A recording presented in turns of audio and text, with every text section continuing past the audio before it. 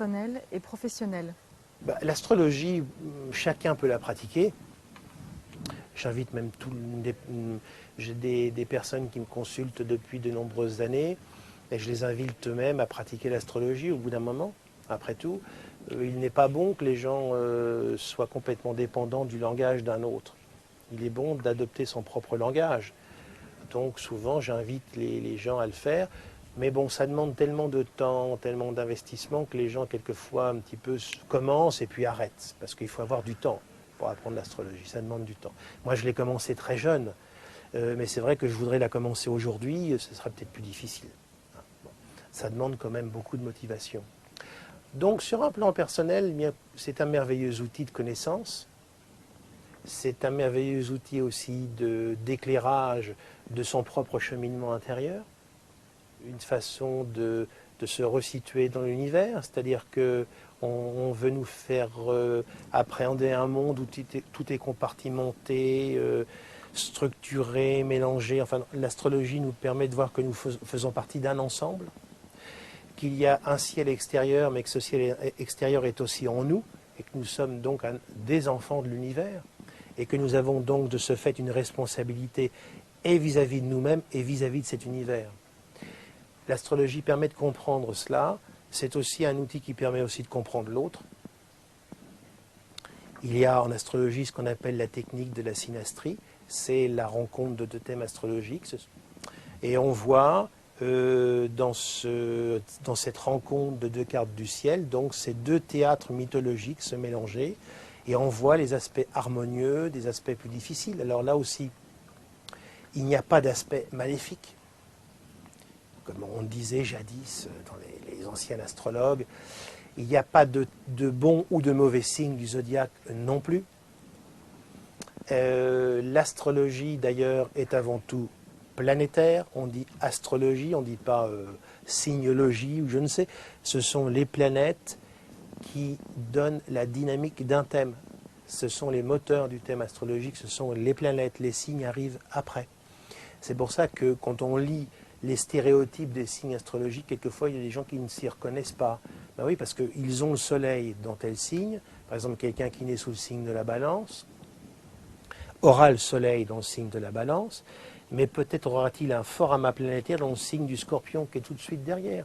Si cette personne a une conjonction c'est quand deux planètes sont côte à côte, a une conjonction Mercure-Vénus en scorpion, ça veut dire que son fonctionnement intellectuel par Mercure et sa façon d'aimer par Vénus seront scorpionisés.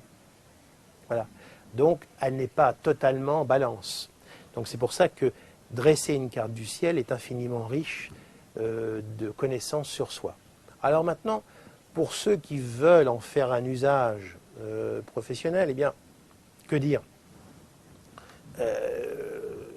Ça demande beaucoup de disponibilité,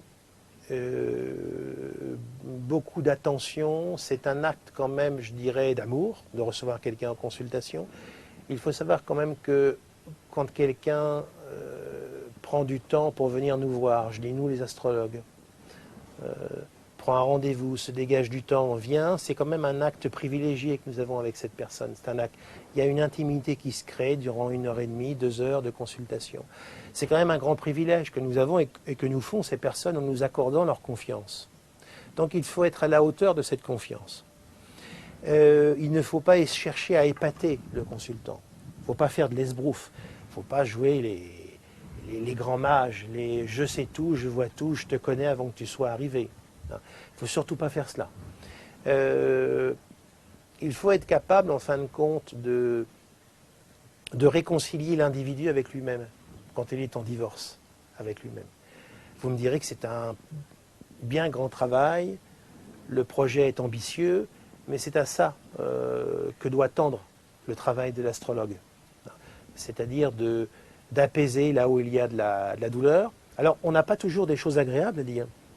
L'astrologue se doit aussi de dire les choses. Si la personne va traverser une période difficile, critique, il faut le lui dire. Il ne faut pas du tout lui cacher, parce que là, on ne lui rend pas service. Et puis on ne remplit pas notre vocation, dirais-je. Donc, on se doit de le dire, mais il faut toujours placer cette étape critique dans une forme évolutive. Il ne faut jamais la renfermer dans quelque chose qui serait de l'ordre de la fatalité. Parce que de toute façon, nous connaissons tous des crises dans notre vie, et le praticien astrologue lui-même traversera des crises. Parce que de toute façon, il n'échappe pas à son propre thème non plus, et à son propre parcours, je dirais, ici-bas. Donc, pour les professionnels, eh bien, je leur dis, c'est une merveilleuse activité, hein, mais qui demande beaucoup de prudence. J'en ai fini avec mes questions. Est-ce que vous aimeriez ajouter quelque chose? Si j'aimerais ajouter quelque chose.